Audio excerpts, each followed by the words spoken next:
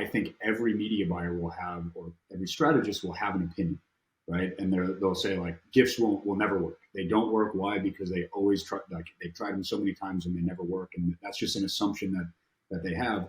Sometimes you come across a situation where somebody is very affirmative in what they believe, and then they're forced to test it, usually by the brand. Like, I get what you're saying, but just please do it.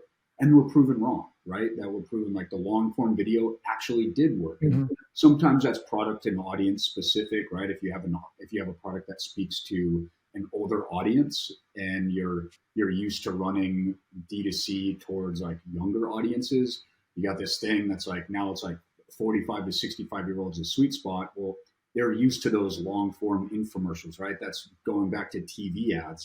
They're just used to it, so they're willing to spend more time watching versus like your millennials and younger. Like, if I can't figure it out within the first 3 seconds, I'm gone, right? So like it's just how you speak, and like that's where I think media buyers do have an advantage, because they'll understand quickly, like what you said, the second nature. I've been doing this so long, I know it's going to work. I know that that's boring, that's exciting, that will work, but I can't explain why, right? And I think that's where brands and creatives get frustrated, is they're like, well, you're telling me that I have to do things by data backing, but you're also just telling me that it won't work and you can't tell me why. So like, can we just test it? And on the creative side, I don't think that, what would be their advantage? If I were to steel man, like the creative advantage is probably like that they don't have a bias.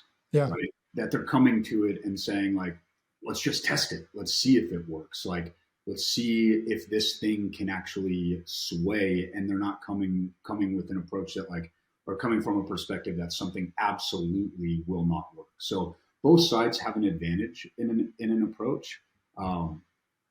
I think the biggest issue that I've seen in the creative side and the performance side, is the words they use to describe things. You have analytic versus creative. It's like, it's two completely different languages. And that's really like the person who's successful, I think, in a creative strategy role, combining data and creative, is that they get how both sides look at the same problem, and they know how to like negotiate the solution, right? Otherwise, you just have two people on two polar opposite sides of the equation, one arguing like something's definitely not going to work, and the other one saying, well, test it. And they just battle.